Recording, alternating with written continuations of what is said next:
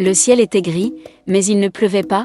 À Kwamachu, dans la vallée silencieuse, les femmes portaient le deuil en noir, les hommes tapaient doucement des mains, en rythme, un rythme creux, un rythme sans tambour. Le chef Békizita reposait sous un linceul d'aloès et de peau de vache, mais son cercueil, dressé au centre de la ronde sacrée, restait fermé, car son tambour n'était pas là, et sans le Ngoma, son âme ne pouvait pas traverser. Nkulunen, vieillard à la peau ridée comme l'écorce, s'avança, appuyé sur un bâton sculpté, le chemin vers les ancêtres est bouché. Quelqu'un a volé le son. Quelqu'un a volé la paix. Le silence tomba, lourd. Tous les regards se tournèrent vers Kulekani, assis au fond, seul, la tête baissée, il ne bougeait pas. Il ne parlait pas. Nontandazo, la fille du défunt, se leva. Ce garçon n'a jamais eu sa place dans notre lignée. Mon père l'a gardé comme un secret. Et maintenant, il a volé ce qui nous reliait à lui. Nkulunen leva une main, ce n'est pas à toi de juger, Nontandazo. Le tambour parle par les rêves, pas par la haine. Mais le mal était fait, dans le village, on commençait déjà à chuchoter, le fils muet. L'enfant maudit. Il a volé l'âme du chef.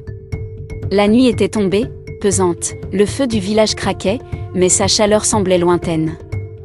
Kulekani marchait seul parmi les cases. Chaque pas soulevait un peu de poussière. Chaque regard le fuyait. Il atteignit la case de sa mère, aujourd'hui vide, elle était morte des années plus tôt, emportée par une toux qu'aucun remède n'avait pu apaiser. Il s'agenouilla, de ses mains, il écarta les herbes sèches. Sous le sol, il savait ce qu'il avait caché, pas le tambour, mais une lettre, brûlée sur un morceau de bois. Une confession. Une vérité, il ne savait pas la lire. Mais il savait ce qu'elle disait, Kulekani est ton fils.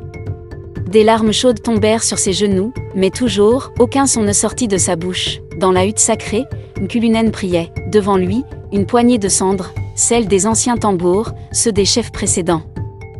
Il les toucha du bout des doigts, soudain, une vision le traversa, un buffle sans cornes, un arbre fendu, et un garçon muet, debout face à un tambour brûlé. Il rouvrit les yeux, glacé, le tambour n'a pas été volé. Il a été détruit. Au matin, le village semblait figé dans une attente lourde. Nontandazo, furieuse, rassemblait les hommes autour d'un feu. Ce silence de Kulekani est un mensonge. Il doit parler, dire où est le tambour. Kulekani, immobile, la regardait sans émotion, mais dans ses yeux roux tigrés, une tempête se dessinait. Nkulunen s'interposa, la colère ne révèle pas toujours la vérité. Écoutons ce que les anciens disent dans le silence. Ils le menèrent à la clairière sacrée, où reposaient les cendres d'un feu ancien. Kulekani s'agenouilla. Lentement, il mit ses mains dans la terre, cherchant un objet invisible. Puis, doucement, il sortit un petit morceau de bois noirci, un fragment du tambour brisé. La vérité éclata comme un orage. Nontandazo découvrit que c'était elle, dans un accès de colère et de jalousie, qui avait brisé le tambour la nuit précédente. Elle avait voulu empêcher Kulekani de prendre sa place, mais en détruisant le tambour, elle avait condamné l'âme de son père.